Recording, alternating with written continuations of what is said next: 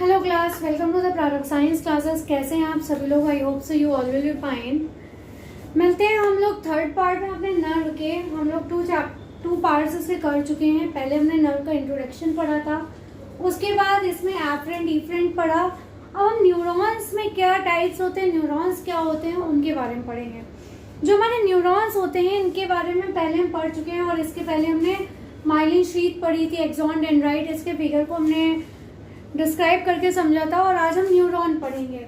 Neuron हमारे 3 types के होते हैं, ठीक है। Multipolar, bipolar, unipolar. मल्टीपोलर जिसमें कई होते हैं, 2 से ज्यादा हो गए, वो मल्टीपोलर में आ गया। उससे कम हमारे बाइपोलर हो गए, जिसमें 2 आ गए। और उसके बाद हमारा आ गया यूनिपोलर, ठीक है।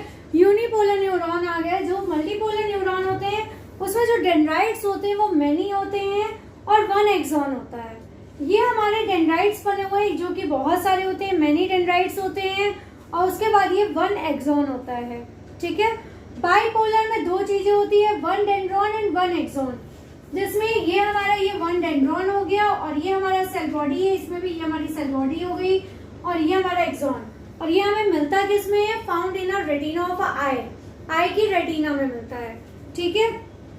उसके बाद नेक्स्ट हमारा यूनिपोलर। यूनिपोलर जिसमें यूनि मतलब 1, जिसमें 1 न्यूरॉन सेल होती है, जैसे 1 एक्सॉन अराइजिंग, एक न्यूरॉन यहाँ से 1 एक्सॉन केवल हमारी यहाँ से चलती है। यहाँ ना तो डेंड्रॉन होता है ना ही और कुछ होता है, ठीक है। सेल बॉडी तो होगी क्योंकि वो बेस है, उसी से तो आगे हमारा बढ़ना है।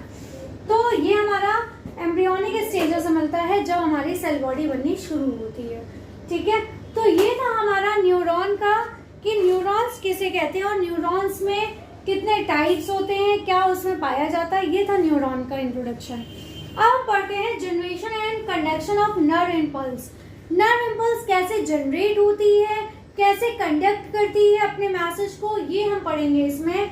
कि जब हमें स्टिमुलस नहीं मिलता है, जैसे आपको मॉस्किटो ने काटा और आपको नहीं समझ में आया कि वो काट रहा है, क्या कर रहा है, तो आप उसका रिएक्शन नहीं दे सकते ना। तो जब आपको स्टिमुलस नहीं अवेलेबल होता है तब क्या होता है, इसके बारे में हम पढ़ेंगे। जो हमें जब अवेलेबल नहीं होता है तो ये इसके जो नर्व फाइबर होते हैं ये पोलराइज कहलाते हैं और रेस्टिंग पोटेंशियल कहलाती है। ये हम आगे आपको और अच्छे से डिस्क्राइब करेंगे। Neurons are excitable cells because their membranes are in a polarise cell. जो हमारे न्यूरॉन्स होती हैं ये एक्साइटेबल सेल्स होती हैं, मतलब एक्साइटेड होकर ये दूसरे सेल में चली जाती हैं, ठीक है। तो एक्साइटेबल मतलब हो गया कि दूसरे पार्ट में चली जाती हैं और उसके बाद their membranes are in polarised state, क्योंकि जो इनकी मेम्ब्रेन होती है वो पोलराइज्ड स्टेट में होती है। जैसे हम लोग जब पढ़ते हैं फिजिक्स में था ना कि साउथ पोल नॉर्थ पोल होता है, वैसे ही इसमें पोलराइज्ड स्टेट होती है। वैसे हमने अभी सेल डिवीजन में भी पोलराइज्ड स्टेट पढ़ी थी। जब ऊपर जाती है सेल तो वो पोलर स्टेज होता है, नीचे होती है तो भी वो पोलर होता है, ठीक है। तो जो न्यूरॉन्स होती है वो एक्साइटेबल सेल्स होती हैं, क्योंकि जो उनकी मेम्ब्रेन होती है वो पोलराइज्ड स्टेट में होती है। कौन से स्टेट में होती है? पोलराइज्ड स्टेट में होती है। Different types of ion channels are present on the neural membrane. जो ये न्यूरल मेम्ब्रेन्स है इसमें अलग अलग स्टेट की देखिए क्या मिल रही है, आयन चैनल्स हैं। ये पॉजिटिव है, ये नेगेटिव है, ठीक है। तो ये अलग अलग इसमें आयन चैनल्स होती हैं न्यूरल मेम्ब्रेन में। These ion channels are selectively permeable to different ions. ये जो आयन के चैनल्स होते हैं ये जो selectively permeable membranes होती हैं, permeable होते हैं आयंस, अलग अलग आयंस में जो selectively होते हैं उन्हीं को एक दूसरे में आने देते हैं। पूरी तरह से ये इसमें नहीं आ पाते हैं, कुछ ही ऐसे आयंस होते हैं जो यहाँ पे आते हैं, ठीक है। अब इसके बाद जब हमारे न्यूरॉन्स चेंज हो जाते हैं, व्हेन न्यूरॉन्स, जो न्यूरॉन्स होते हैं क्या होते हैं, जब ये कंडक्ट ही नहीं करते हैं, इज नॉट कंडक्टिंग, जब ये कंडक्ट ही नहीं कर रहे हैं, क्या नहीं कंडक्ट करते हैं, एनी इम्पल्स, जब कोई भी ये इम्पल्स को क्या नहीं करते, कंडक्ट ही नहीं करेंगे, भेजेंगे ही नहीं, तो वो क्या कहलाएगी, तभी वो कहलाती है हमारी पोलराइज्ड, वो रेस्टिंग कहलाती है। तब ये हमारी क्या कहलाती है, यहाँ पे रेस्टिंग पोजीशन पे आती है। ये हमारा पिक्चर है इसका, ये इसकी एक्सोनल मेम्ब्रेन है, ये एक्सोप्लाज्म है यहाँ पे, ठीक है। तो एक्सोनल मेम्ब्रेन एक्सोप्लाज्म हो गया, और यहाँ पे ये हमारे Na पॉजिटिव होते हैं, ठीक है। यहाँ पे नेगेटिव आयंस हैं, ऊपर पॉजिटिव आयंस हैं, ठीक है। तो ये जो हमारे एक्सोनल मेम्ब्रेन के बाहर का चार्ज है वो पॉजिटिव होता है, और जो अंदर का होता है ये हमारी एक्सोनल मेम्ब्रेन है। तो ये जो हमारी एक्सोनल मेम्ब्रेन का बाहर का ये पॉजिटिव चार्ज होता है हमेशा, और अंदर का इसका नेगेटिव होता है, ठीक है, जब इसमें हमारी स्टिमुलस अवेलेबल नहीं होता है तब। और ये कितने एमवी के उससे भेजती है, -70 MV के फोर्स से ये इसमें इम्पल्स को भेजती हैं, ठीक है। और यहाँ पे ऐसा होता है, यहाँ पे हमारी इम्पल्स नहीं भेजी जाती है, here is not conducting impulse, यहाँ पे हमारे इम्पल्स कंडक्ट नहीं होते हैं, ठीक है, इम्पल्स कंडक्ट नहीं होते हैं। तो ये जो हमारी रेस्टिंग है, द एक्सोनल मेम्ब्रेन, यही चीज मैं अभी आपको बताने जा रही हूँ जो अभी मैंने वहां पे बताया है। The axonal membrane is more permeable,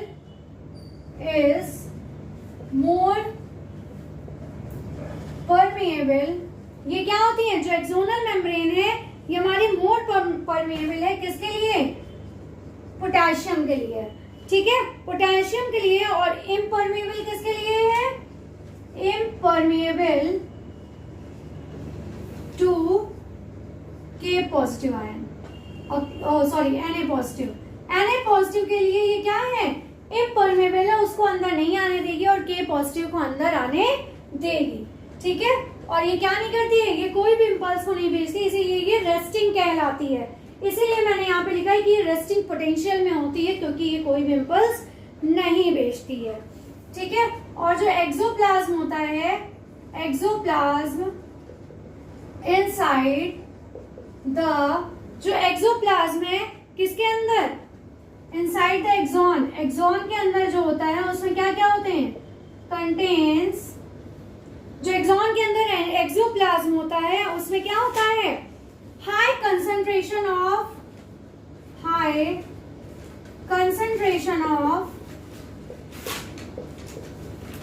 इसमें हाई कंसंट्रेशन होता है के पॉजिटिव का एंड निगेटिवली, और किसका होता है, जो निगेटिवली चार्ज प्रोटीन्स होते हैं, निगेटिवली चार्ज्ड प्रोटीन्स किसका किसका होता है, जो एक्सॉन के अंदर एक्सोप्लाज्म पाया जाता है उसमें हाई कंसंट्रेशन ऑफ के पॉजिटिव होता है, पोटेशियम पॉजिटिव, और निगेटिवली चार्ज प्रोटीन्स का जो होता है वो लो कंसंट्रेशन होता है, किसका होता है, low concentration, and low concentration of Na positive, ठीक है। Na पॉजिटिव का कंसंट्रेशन बहुत कम होता है, ठीक है। अब इसी का उल्टा देख लीजिए, इन कंट्रास्ट हम देखें तो जो फ्लूइड होता है बाहर, द फ्लूइड आउटसाइड, जो इसके बाहर फ्लूइड होता है वो कैसा होता है, लो कंसंट्रेशन का होता है। Outside the axon contains low concentration, इतना ही लिख रही हूँ, पूरा नहीं लिख रही हूँ, ठीक है। Low concentration of Na positive and form, और क्या बनाती है, and form a concentration of Na positive, and form a concentration, high concentration, है ना, क्या बनाती है, and form a low concentration of in contrast the fluid outside the axon contains a low concentration of K positive, K positive का concentration कम होता है यहाँ पे, और क्या बनाती है, and high concentration, a high concentration of, and form a high concentration of Na positive, Na positive का concentration काफी high होता है, ठीक है।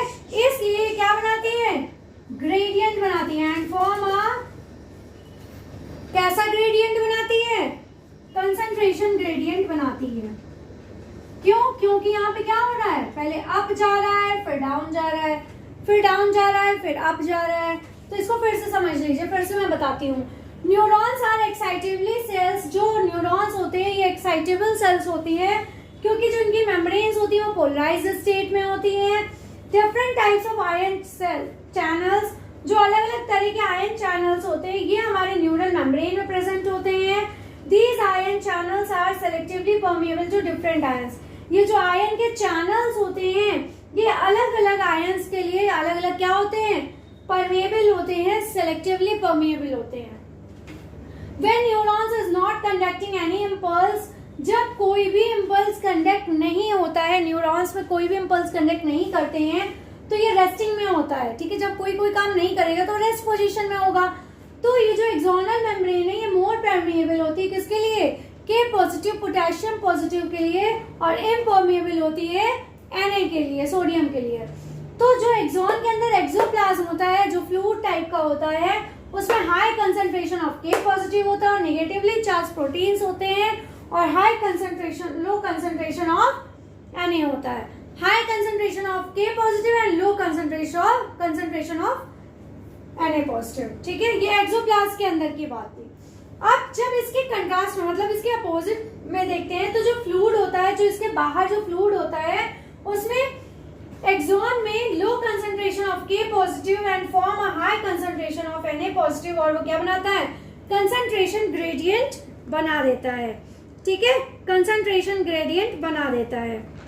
अब इसके बाद ये जो आयनिक ग्रेडियंट बनाता है ये क्या होता है, रेस्टिंग मेम्ब्रेन को मेंटेन करके चलता है।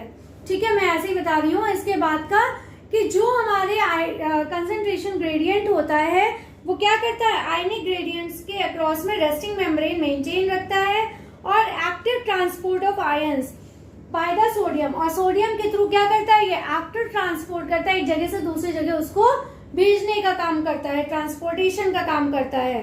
ठीक है, जिसमें Na positive outward for 2 positive into the cell, जिसमें क्या करता है, Na के कितने भेज देता है, Na के ये 3 आयंस को भेज देता है, Na ये 3 आयंस को भेजता है, और के पॉजिटिव के 2 आयंस को क्या कर देता है, बाहर निकाल देता है।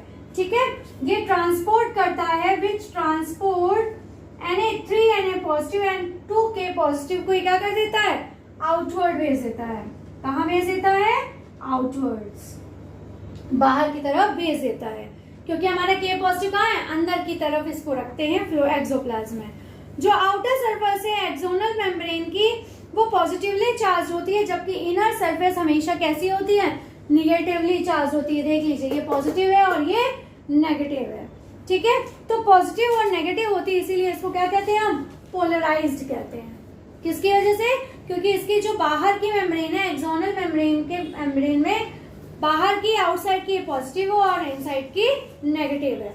ठीक है, तो ये था हमारा जब हम स्टिमुलस नहीं भेजते हैं, मतलब जब ये अवेलेबल नहीं करता। अब जो हम नेक्स्ट क्लास लेंगे उसमें मैं बताऊंगी कि जब स्टिमुलस इसमें अवेलेबल होता है तब ये कैसे काम करता है। ठीक है, तो आज के लिए बस इतना ही, और आप लोगों के